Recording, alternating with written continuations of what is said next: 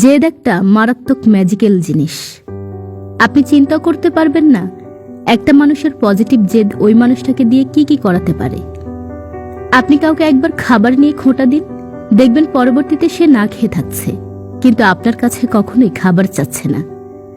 আপনি কাউকে কোন একটা নির্দিষ্ট স্থানে অপমানিত করুন, দেখবেন বেশিরভাগ মানুষই সেই জায়গাটায় আর ফিরে যাচ্ছে না। টাকা নিয়ে খোঁটা খাওয়া মানুষ একদিন টাকার পাহাড় দাঁড় করিয়ে দেয়। যোগ্যতা নিয়ে খোঁটা শোনা মানুষ একদিন অভূতপূর্ব যোগ্যতার সহিত ফিরে আসে। সকল মানুষেরই জেদ থাকা উচিত, তবে সেটা পজিটিভ জেদ। সেটা একটা নির্দিষ্ট কাউকে দেখিয়ে দেওয়ার জেদ, আমিও করতে পারি, এটা প্রমাণ করার জেদ। হয়তো আপনি বলবেন যে অন্য কারো উপর জেদ করে কিছু করার কি দরকার, যা করব নিজের জন্যই করব। কিন্তু সত্যি বলতে জেদ আমাদের ভেতর তখনই আসে যখন আমরা কারো দ্বারা অপমানিত হই, কষ্ট পাই। আর এই জেদ সত্যি এতটা ম্যাজিক্যাল যে একবার জেদ ধরেছে সেই জানে কত অসম্ভবকে জীবনে সম্ভব করা যায়।